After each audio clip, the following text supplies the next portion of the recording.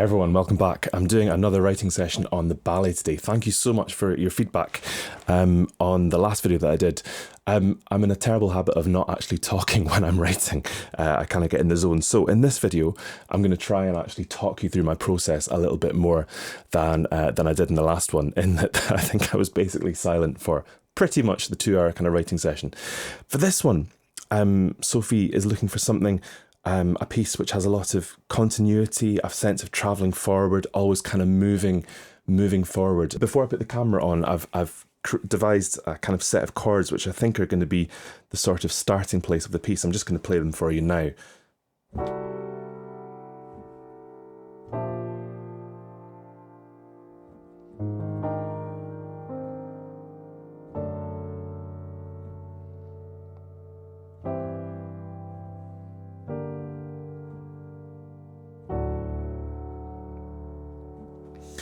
Now that is going to be over a much longer scale than what I just wrote there. That's absolutely not how quick these chords are going to be exposed. This is going to be quite a kind of slow moving kind of piece in terms of its development, I suppose.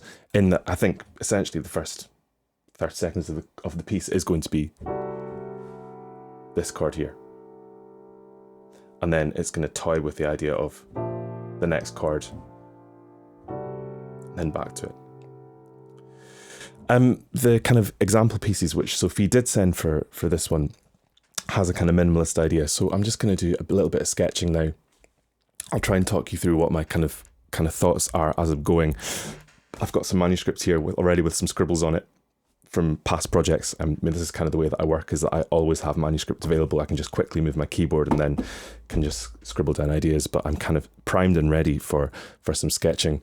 I'm just using Labs Autograph Grands just because it takes very little CPU and memory. It's just easy to kind of sketch. So let's actually label this properly, Sketch Piano.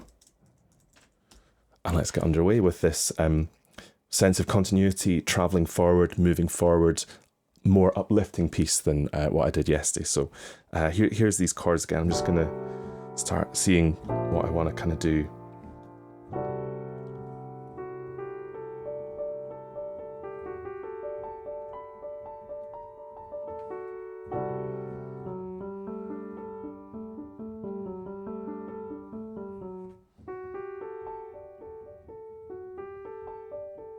I mean, it's going to have definitely a sense of a minimalist feel to it, because that's kind of what some of the demo pieces which Sophie sent for this sort of had.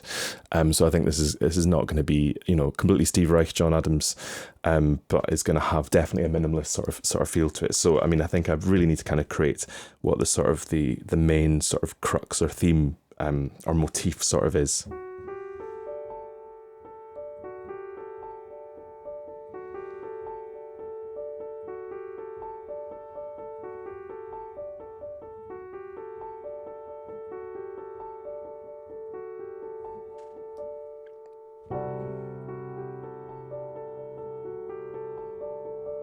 I might have just got it there.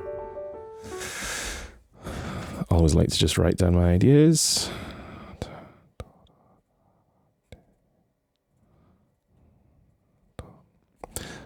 Unfortunately, no one will ever see these sketches because they are so messy. Not a bad starting point. Quite like the close interval here, which is sort of released by the octave.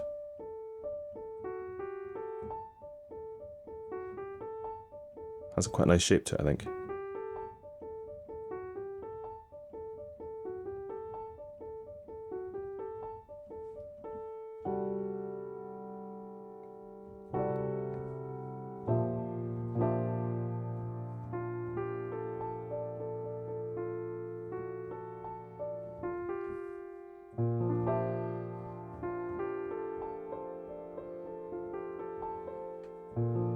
Yeah, so I think it would definitely fit as well in this.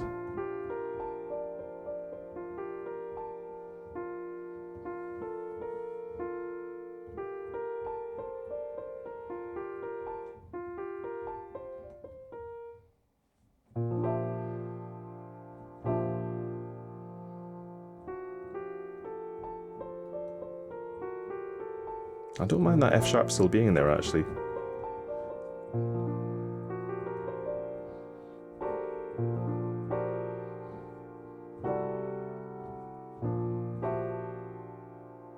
Yeah, I don't hate that, so actually that can kind of stay.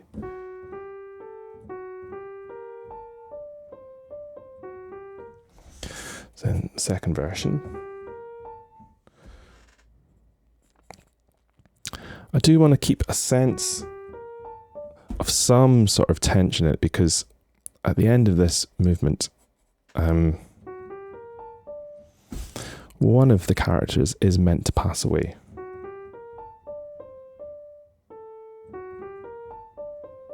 When I'm creating these two motifs, these two ideas,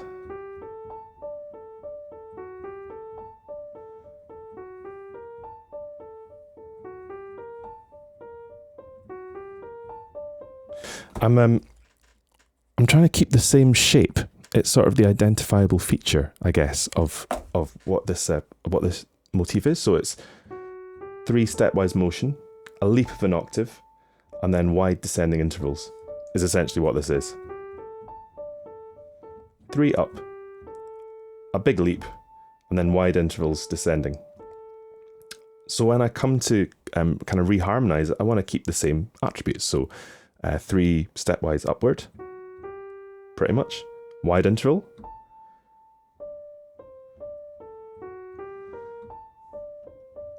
and that keeps the same character of the music, which is a really important thing. It becomes an identifiable feature of what this music actually sort of is. So that's something that I'm always thinking of when I'm going from this chord to the next chord.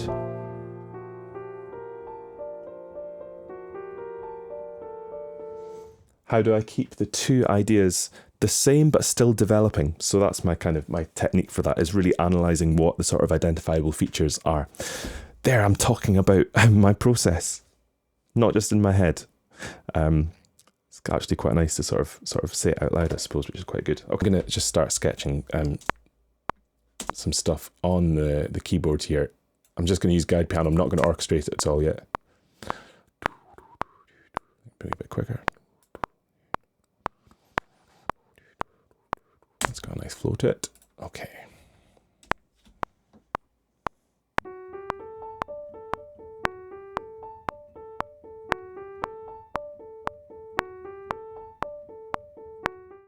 And then let's just work out where the first chord comes. I just quite like this idea of it just coming in like this. And maybe the first chord comes in here.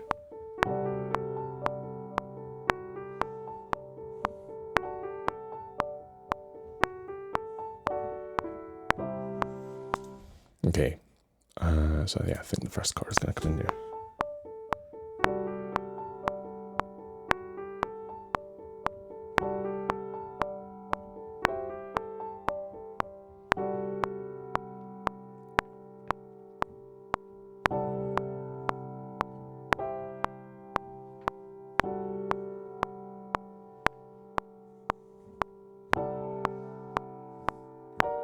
And then I think we have the next chord. That feels like a nice space to have it there. Okay. Now, this is just a sketch, so I am not averse at all to quite simply just looping things for now, and then I'll play them back in properly later. Okay, and now here we need to add in version 2. So let's add that into...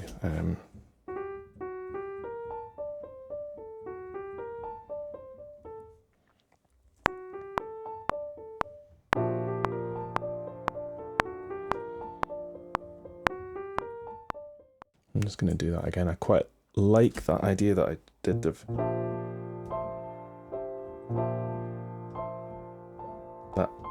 that melody up there, or kind of counter melody.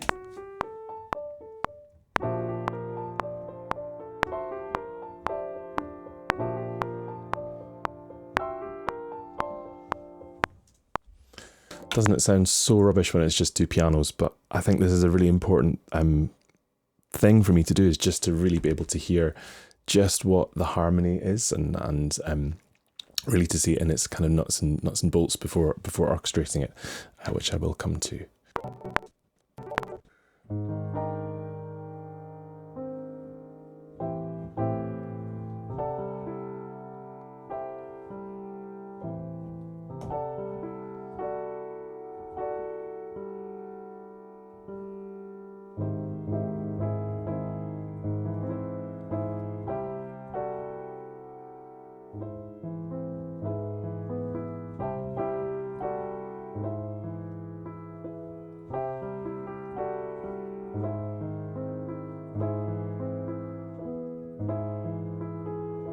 Sometimes it's the mistakes you make.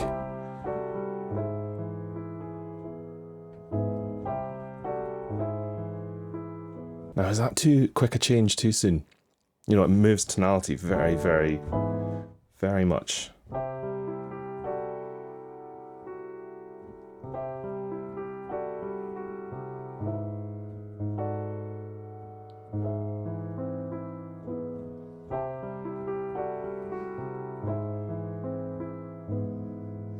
It poses a question. Let's see, let's put it in.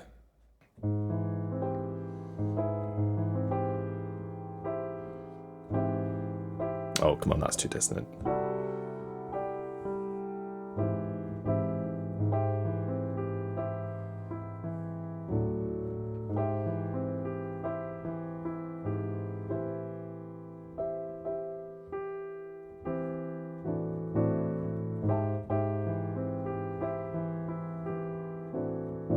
Oh, I think that might be it.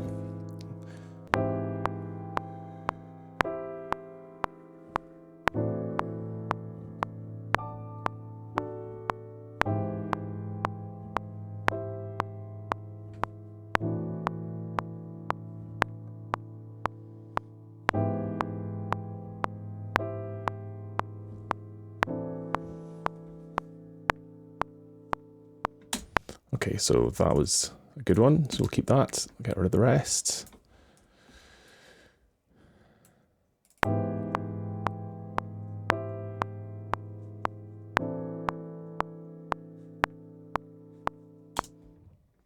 I don't mind that. I need to hear the whole thing.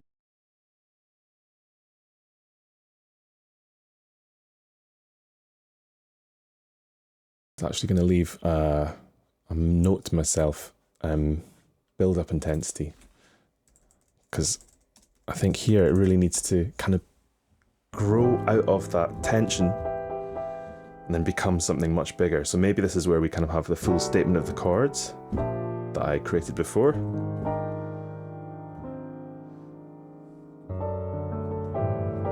Or certainly the first three at least.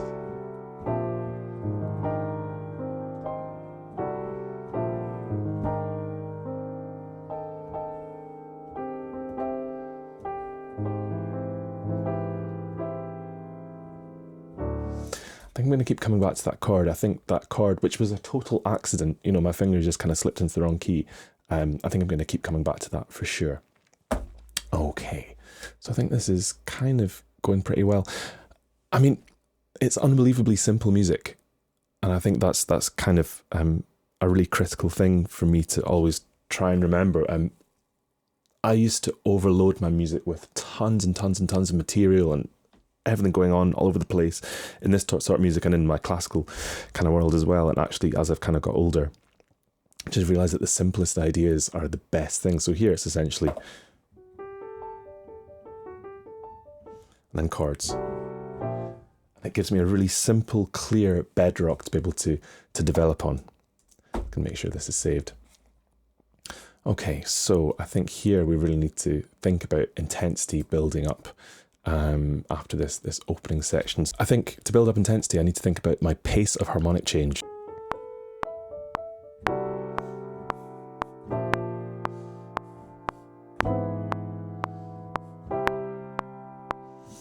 So here I'm actually syncopating it a little bit, so it's actually da, ga, da. So it's just actually arriving a quaver early than before.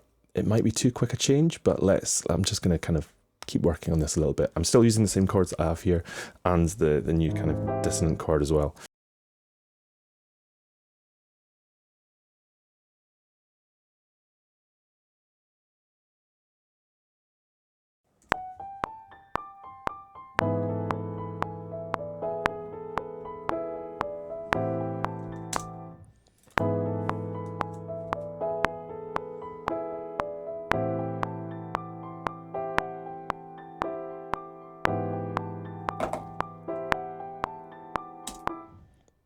This needs to be the same as this.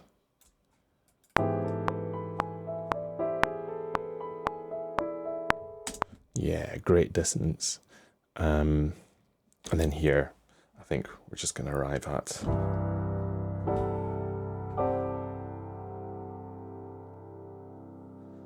and then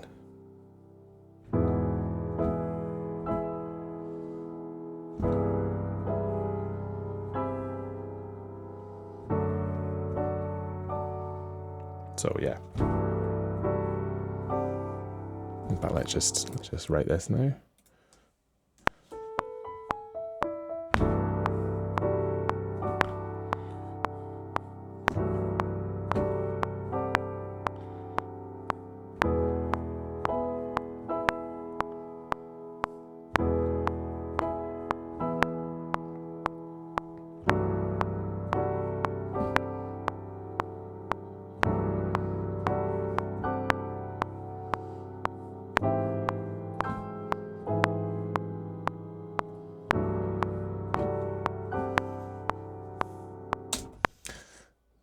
So these chords are messy, but this gives you an idea of just the rhythm that I want here. Dang, gang, gang. So again, if we look at just the rhythmic language that I'm using, just at the pace of harmony, kind of changing every sort of 2 bars, 4 bars. And then here, when we want to build up intensity, I compress that so it changes kind of pretty much every bar. And then, of course, the chords are kind of changing every 2 bars, but the rhythmic language of them becomes more compressed. And then this is going to be the total climax of the piece.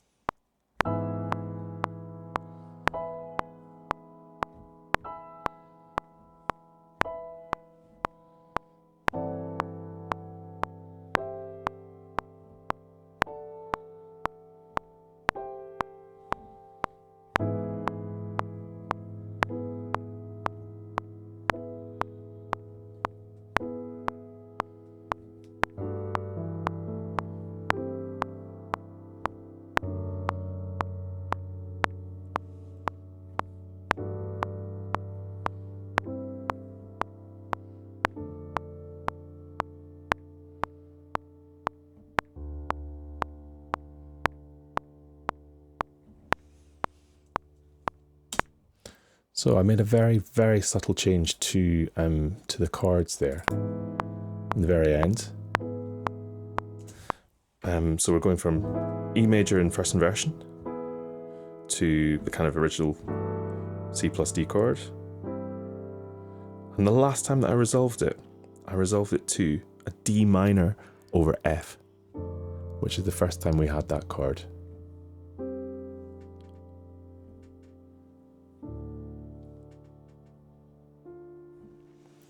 Because it just needs to have that sense of all is not resolved. So if we just look at the overall kind of shape of it, we've got this intro here, we build up the intensity, the climax, and we arrive at this epic maximum point, which then even you can kind of see the shape here. It all starts descending away, and then finishing.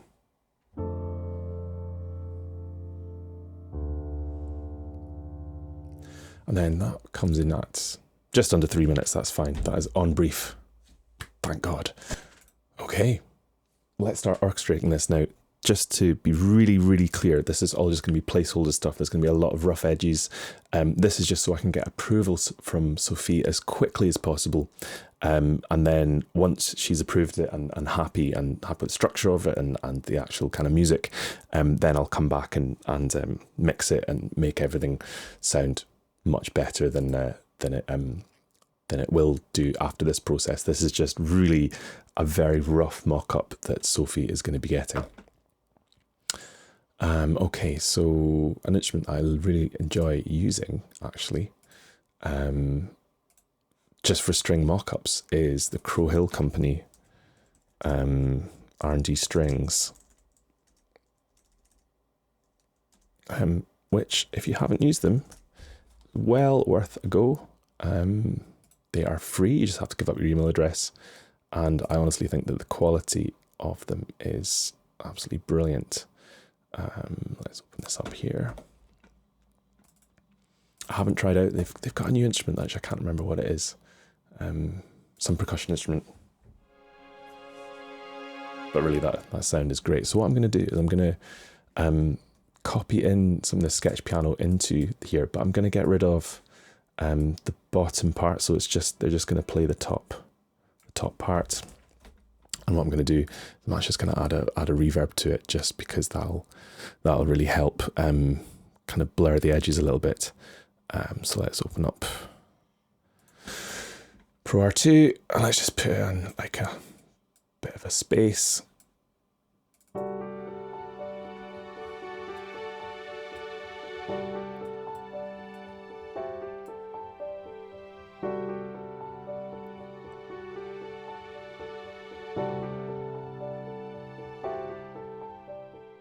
Okay, another thing that I often do is just add a very simple synth behind, just to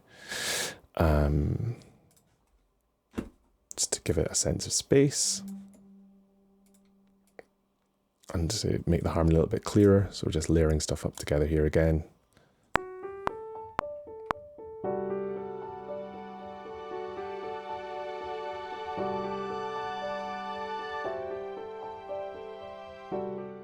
I don't hate that sound. That is just the Spitfireaudio aperture stack, and then just using Dave's longs. I've literally just first preset that they had.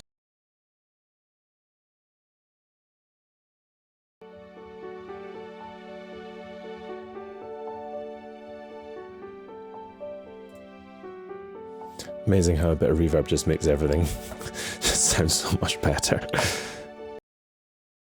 I'm going to try something here. I'm going to try a flute on that main melody. Just staccatissimo might be a bit much, but let's see. I just feel like a flute might be a nice kind of colour for this, maybe in combination with the piano actually.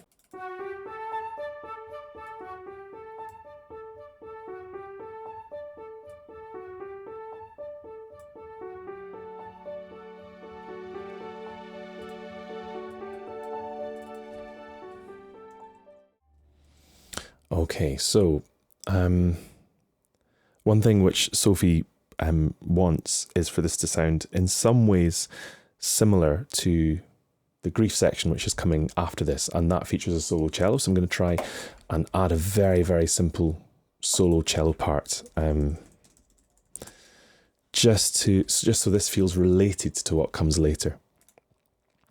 Again, I'm going to be booking a live player to do this, so again, this is all just placeholder. Everything you're hearing here is just temporary. Really simple.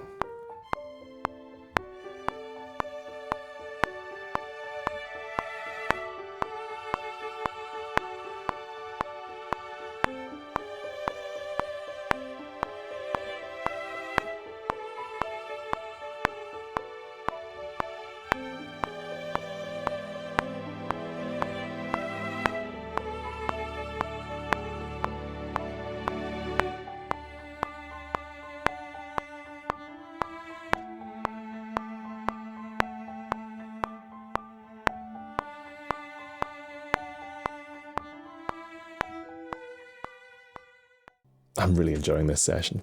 This is great. Sometimes when you feel like you're really getting somewhere, this for me is just the best feeling in the world.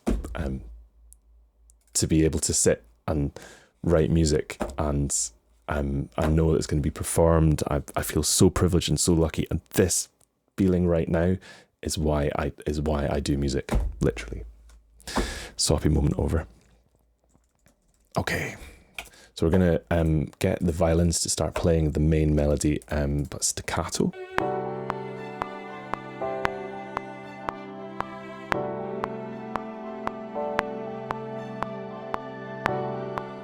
I'm going to add some other staccato layers in other string instruments underneath this.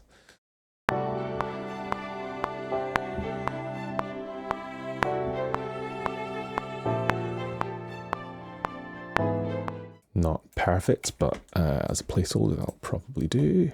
Okay, and then violas. Something like that, let's see.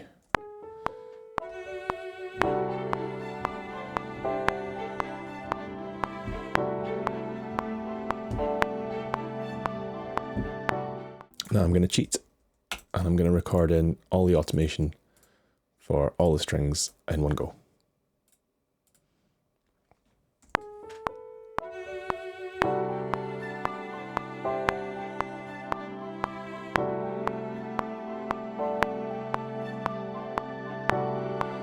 I think this one has to stay up the octave as well, because it's the end of the phrase. And then also, this one can maybe come up the octave at the end, just to add a sense of everything kind of arriving somewhere. And this can come up the octave too. And let's move a couple of these notes up as well to join it together. Always want to think of how playable it actually is, vaguely.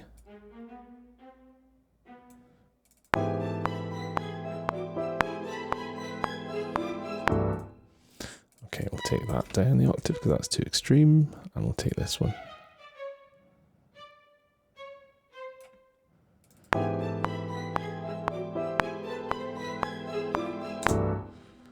And I think there is actually going to be a couple of beats of silence here. So we'll turn this into a 6/4 bar, and turn this into a 4/4 bar, and then move all this back to the start of this bar. And then it comes back in. I think that makes sense. So to add some intensity to this part, what I'm going to do is actually turn these from quavers to semi-quavers. So we need to fix note length, so it's all the same length. And then all we do, we've selected all these notes here, so we literally just copy and paste them one later.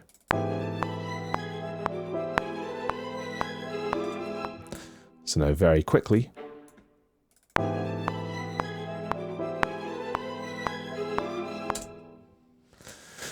okay, and what I'm going to do is use velocity process. So you can automate the velocity of the notes without having to actually do too much. So go into ratio. If you're interested in a separate video on this, I will give you one. And conversely, lower is louder.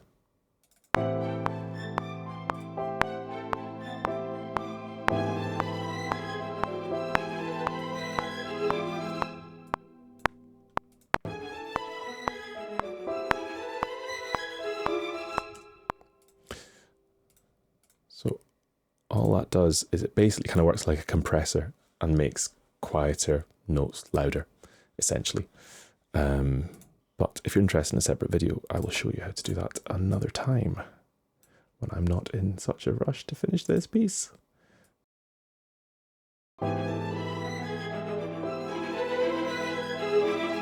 Okay, so we need to fill out the bass a little bit. Okay, so we're going to take the top, the sketch piano, and leave in. So we're going to save the bottom part for the bass, these middle two long notes for the cello, and we can get rid of all the top stuff here. Then do the same again, into the basses. This time just get rid of everything but the bottom part. And then I think we're just going to have them come in on that change of harmony. So we're going to record the automation.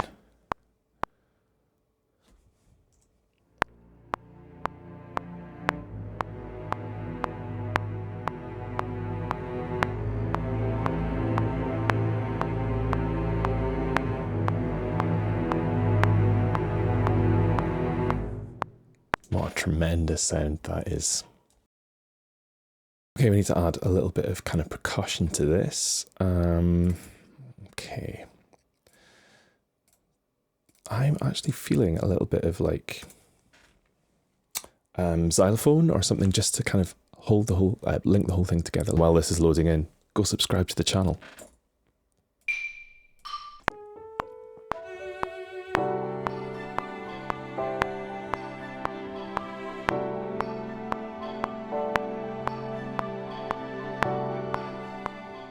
Let's add some marimba. I think it just needs that.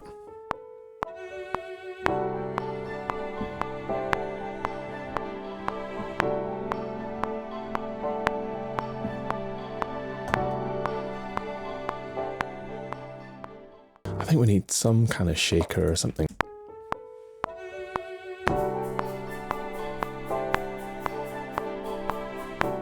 Gonna add some suspended cymbals. Okay, and then we need some low percussion just to add more emphasis to it.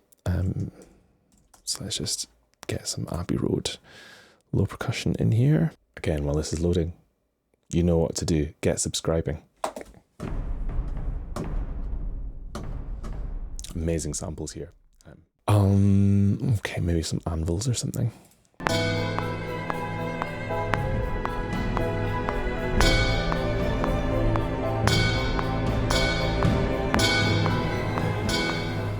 Later on, I will obviously mix it and put it in the right place, but for now, that is doing the job. Pretty much that's this intense section sort of finished, I think, now.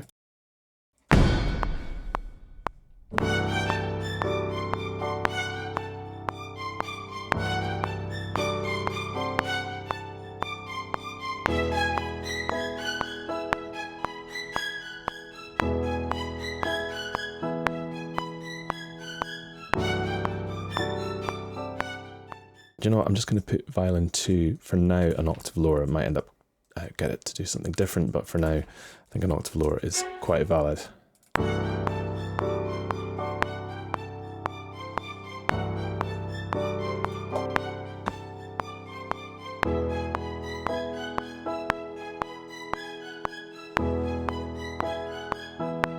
It sounds, that colour is nice. Okay, I think we need a change of colour here because we've had a lot of string, a lot of percussion kind of sound, and now I think it's time to kind of add maybe some brass, some chords or something like that.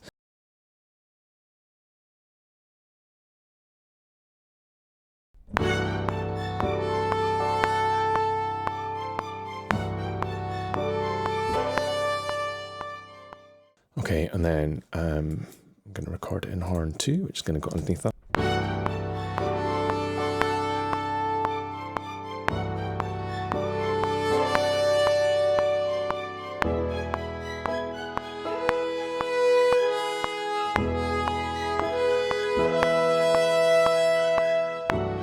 Okay, let's get some of this material in just to fill it out for just now.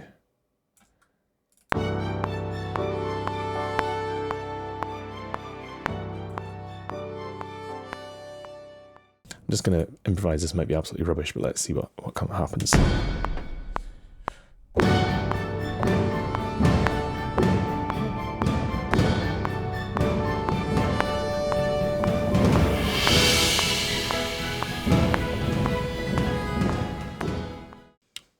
Okay.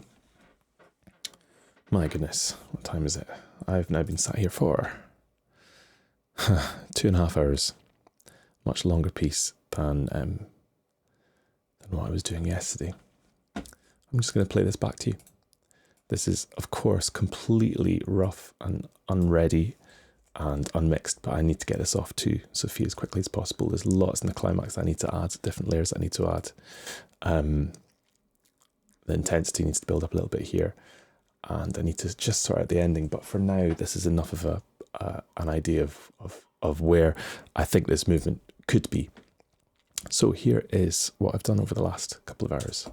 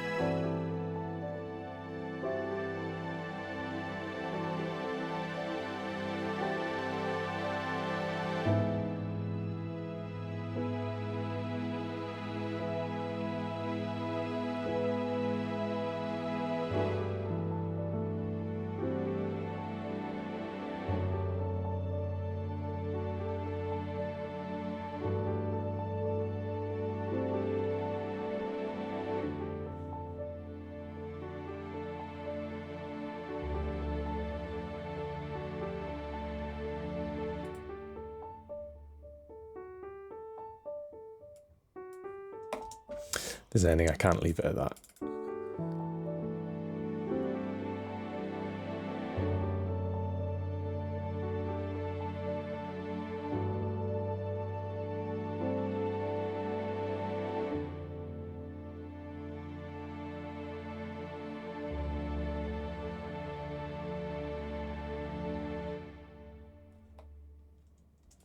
That's better. Again, as I said, completely unfinished. Lots and lots and lots to do to it. So that is enough for just now on this piece. Again, it's really critical that I go and have time away from this now, because I need to hear it fresh again to be able to see what needs changed. I've become too used to it over this short time I've been working on it. I need to send it to Sophie to get her approval, and then hopefully she'll have some feedback. Hopefully it won't be anything negative, but we'll see. And then obviously I can then go on and orchestrate the strings properly, move them out. They're just placeholders just now, do some more interesting things with the electronics that are on the go, mix it, master it, and really get it ready for performance. I mean, my deadline's still very tight, but this is basically the situation that I'm in just now, is that I need to write this music as quickly as possible, and get the demos out to Sophie as quickly as possible, which this essentially is a demo of what it would sort of sound like. It's probably about 75% of the way there. This has turned into a marathon of a video. I don't know how I'm going to edit it. Who knows how long it'll be. But thank you so much for coming along. As always, please ask me any questions in the comments. You've seen things today which have been like warts and all, made lots of mistakes, but you can really see my process, and I hope I've kind of verbalized it as well today. So thank you so much for coming along. If you do fancy subscribing, please do. It'll really spur me along to do more of these videos.